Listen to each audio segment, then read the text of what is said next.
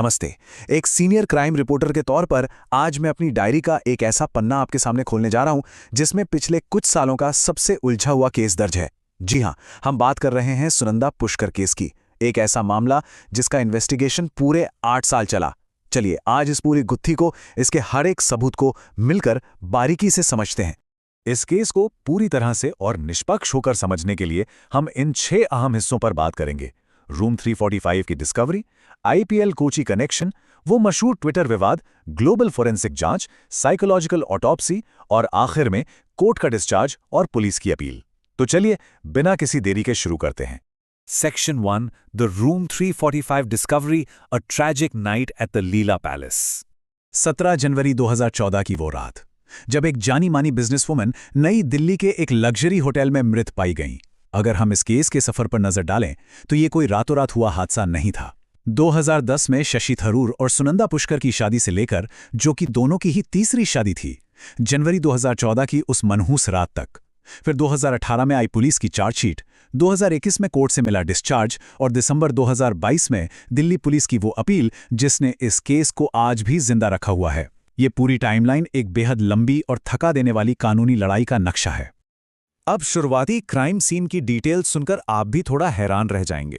कमरा अंदर से पूरी तरह लॉक था, कोई दरवाजा तोड़कर अंदर नहीं आया था और होटल की सीसीटीवी फुटेज खंगालने के बाद भी किसी संदिग्ध इंसान की कोई एंट्री नहीं दिखी। बॉडी पर 12 चोटें थीं, लेकिन बिल्कुल मामूली सी सुपरफिशियल चोटें जिनसे जान नहीं जा सकती। और सबसे अहम बात, कमरे में एल्प्राजोलम नाम की दवा और शराब जरूर मौजूद थी। मतलब एक परफेक्ट बंद कमरे का रहस्य। आगे बढ़ते हैं सेक्शन 2 की तरफ। The IPL Kochi connection, the financial storm before the storm. इस कपल के इर्द गिर्द मीडिया का हमेशा इतना भारी जमावड़ा क्यों रहता था, इसे समझने के लिए हमें थोड़ा पीछे चलना होगा। तो एक बहुत बड़े फिगर पर गौर करते हैं, $330 मिलियन। साल 2010 में इन्वेस्टर्स के एक ग्रुप ने कोची टस्कर्स आईपीएल टीम के लिए इतनी बड़ी बोली लगाई थी। और सच कहूं तो इसी एक दांव ने एक बहुत बड़े राजनैतिक और मीडिया तूफान को जन्म दे दिया। हुआ ये कि उस वक्त के आईपीएल चीफ ललित मोदी ने ट्विटर पर स्टेक होल्डर्स के नाम लीक कर दिए और वहां खुलासा हुआ कि सुनंदा पुष्कर के पास लगभग 70 करोड़ रुपए की स्वेट इक्विटी थी। तुरंत ही आरोप लगने लगे कि यह असल में शशि थरूर के लिए एक छुपा हुआ तोहफा था। बवाल इतना बढ़ा कि इन आरोपों के दबाव में अप्रैल 2010 में थरूर को अपने केंद्रीय मंत्री के पद से इस्तीफा देना पड़ा। बाद में सुनंदा पुष्कर ने मीडिया के सामने ये तक कहा कि उन्होंने कथित गलत कामों का सारा इल्जाम अपने सिर ले लिया है। बस इसी एक विवाद में उनकी पर्सनल लाइफ को हमेशा के लिए पब्लिक स्क्रूटनी के घेरे में ला खड़ा किया। अब आते हैं सेक्शन 3 पर, tracing the Twitter feud, public scrutiny and private friction. मौत से बस कुछ ही दिन पहले मीडिया की हेडलाइंस पैसों से हटकर उनकी पर्सनल लाइफ पर आ गईं। सुनंदा पुष्कर ने ट्विटर पर सरेआम पाकिस्तानी पत्रकार मेहर तरार पर अपने पति का पीछा करने का इल्जाम लगा दिया। आप सोच सकते हैं इस एक पब्लिक ट्विटर वॉर ने मीडिया में कितनी सनसनी मचाई होगी। और सबसे बड़ी बात, इसी घटना ने पुलिस जांच का पूरा एंगल ही बदल दिया। अब फोकस हैरासमेंट और गंभीर इमोशनल स्ट्रेस की थ्योरीज पर था। इसके बाद 1577 दिनों तक चली उस मैसिव इन्वेस्टिगेशन के दौरान पुलिस के हाथ एक हार्ड डिस्क लगी। इस डिस्क में दुबई से भेजा गया सुनंदा पुष्कर का एक ईमेल मिला और उसमें लिखी वो एक दर्दनाक line, I don't want to live, यानी मैं जीना नहीं चाहती। इसी एक लाइन ने पुलिस की जांच को आत्महत्या के एंगल की तरफ गहराई से मोड़ दिया। चलिए अब बात करते हैं सेक्शन 4 की, the global forensic puzzle, translating the complex scientific evidence. अब देखिए, मामला इतना हाई प्रोफाइल था कि लोकल लैब्स के सैंपल्स से काम नहीं चलने वाला था। साजिश के हर एंगल को खारिज करने के लिए दिल्ली पुलिस ने एक अभूतपूर्व इंटरनेशनल फोरेंसिक जांच का रास्ता चुना। कदम दर कदम समझते हैं। सबसे पहले हमारे यहाँ एम्स ने शुरुआती पोस्टमार्टम किया।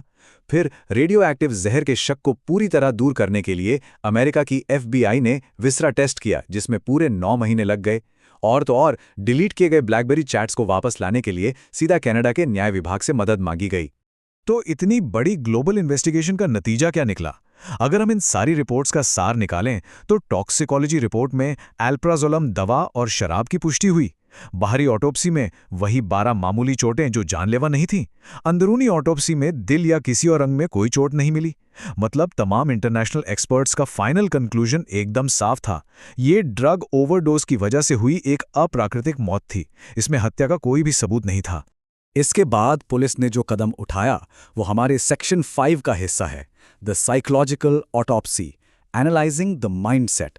जब फिजिकल सबूतों से ओवरडोज की बात सामने आ रही थी तो पुलिस ने आत्महत्या के लिए उकसाने का कानूनी आधार तय करने के लिए एक बहुत ही रेयर फॉरेंसिक टेक्निक का इस्तेमाल किया, जिसे साइकोलॉजिकल ऑटोप्सी कहते हैं। इसमें मरने वाले इंसान की दिमागी हालत को स्टडी किया जाता है, ये समझने के लिए कि क्या मौत से पहले उनके मन में सुसाइड के ख्याल थे। इस रिपोर्ट का निष्कर्ष ये निकला कि दवाइयों के असर और शशि थरूर के कथित फ्लर्टेशन से हुए भारी दुख ने मिलकर उन्हें उस दुखद मानसिक स्थिति तक पहुंचाया। और अब हम पहुंचते हैं अपने आखिरी पड़ाव पर, section 6, discharge and police appeal, the court room conclusion. सालों की पुलिस मेहनत, दुनिया भर की फॉरेंसिक रिपोर्ट्स और 3000 पन्नों की भारी भरकम चार्जशीट जब भारतीय कोर्ट के सामने आई तो क्या हुआ? दिल्ली पुलिस ने आरोप लगाए थे सेक्शन 306 यानी आत्महत्या के लिए उकसाने और 498A यानी पति द्वारा क्रूरता के। लेकिन कोर्ट का फैसला देखिए। जज ने साफ साफ कहा कि एक भी गवाह ने दहेज, उत्पीड़न या क्रूरता का कोई आरोप नहीं लगाया है। कोर्ट ने पुलिस की थ्योरी को सिरे से खारिज कर दिया। अगस्त 2021 में सभी आरोपों से मुक्त यानी डिस्चार्ज होने के बाद शशि थरूर का एक बयान सामने आया। Most grateful your honour, it's been 7.5 साल का एब्सोल्यूट टॉर्चर। जरा सोचिए, 7.5 साल तक मीडिया के तीखे सवालों और कानूनी लड़ाइयों के बीच रहना, ये एक इंसान को दिमागी तौर पर कितना तोड़ सकता है। ये बयान बहुत ही दिलचस्प सवाल उठता है। आखिर डिस्चार्ज होने के बाद क्या होता है? क्या केस हमेशा के लिए खत्म हो जाता है? भारतीय कानूनी प्रणाली में सबूतों की कमी के चलते आरोपी को डिस्चार्ज तो कर दिया जाता है, लेकिन इसका ये मतलब हमेशा नहीं होता कि वो फाइल हमेशा के लिए बंद हो गई। और ठीक यही इस हाई प्रोफाइल केस में भी हुआ। दिसंबर 2022 में दिल्ली पुलिस ने आधिकारिक तौर पर शशि थरूर के डिस्चार्ज को चुनौती देते हुए दिल्ली हाई कोर्ट में एक अपील दायर कर दी। पुलिस अपनी इतने बड़े स्तर की जांच को ऐसे ही तो जाने नहीं दे सकती थी, है ना? तो उन्होंने इस अपील के जरिए इस केस के कानूनी पहलुओं को आज भी जिंदा रखा हुआ है। तो आखिर में ये सारी पड़ताल हमें एक बहुत ही गहरे और सोचने पर मजबूर करने वाले सवाल पर छोड़ जाती है। जब फॉरेंसिक साइंस अपनी आखिरी हद तक पहुंच चुका हो और मीडिया का शोर लगातार बना रहे, तो क्या हमारा लीगल सिस्टम कभी भी किसी हाई प्रोफाइल केस को सच में पूरी तरह बंद होने देता है? मीडिया के नैरेटिव्स और ये कानूनी अपीलें शायद इस तरह के मामलों की फाइल को कभी पूरी तरह बंद नहीं होने देती। इस उलझी हुई गुत्थी को मेरे साथ इतनी बारीकी से समझने के लिए आपका बहुत बहुत शुक्रिया।